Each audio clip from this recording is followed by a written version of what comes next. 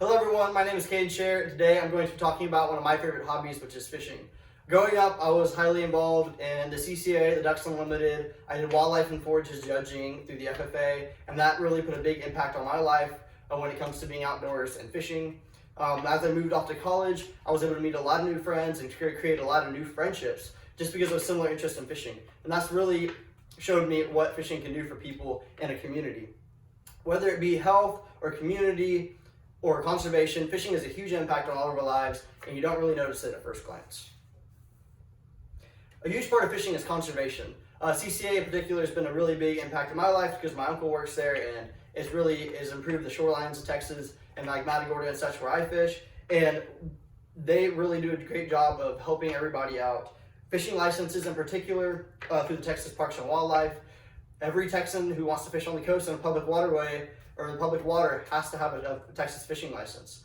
And that's true for every other coastal place and every other state in the United States. You have to have a fishing license, and those generate millions a year to fish habitat and structure and wetlands reparation and everything else. Fish tags and chips. Like I said, my uncle works for CCA, so we tag a lot of fish, and those fish are able to be studied when they're caught by fishermen such as myself or some of you out there, and they're reported. You'll be able to see their migration patterns and see what they're doing and where they're going, what times of year. You'll also be able to keep track of fish numbers. When you're seeing less tags, you know the fish population is dropping a little bit. When you're seeing more consistent amounts of tags, you're noticing that the fish populations are doing better than they were. And a huge part of that is when you're noticing where the fish are doing, where they're moving, and why.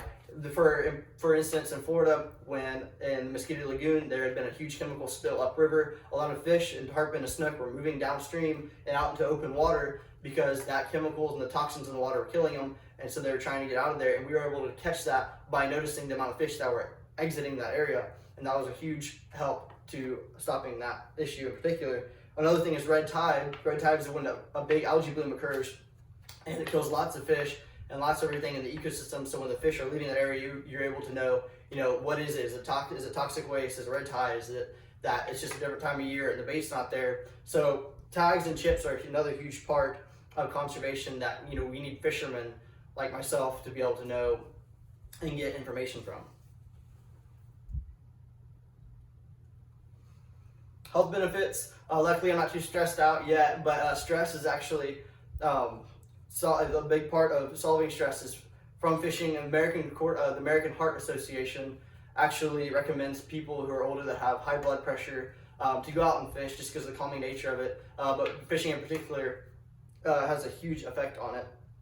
COVID-19, whether you notice it, whether you realize it or not, COVID-19 has a high popularity in people that are in home and in town more, and that's one thing that people who are outdoors, whether working outdoors or fishing, they get larger amounts of vitamin D. And that's one thing that people don't realize is that the Endocrine Society, which is a large World Health Organization, they have claimed that 80% of all people that are hospitalized from COVID-19 are deficient in vitamin D. So just by being outside, going fishing, you're more likely to not catch COVID, and if you do, you're more likely to get over it faster.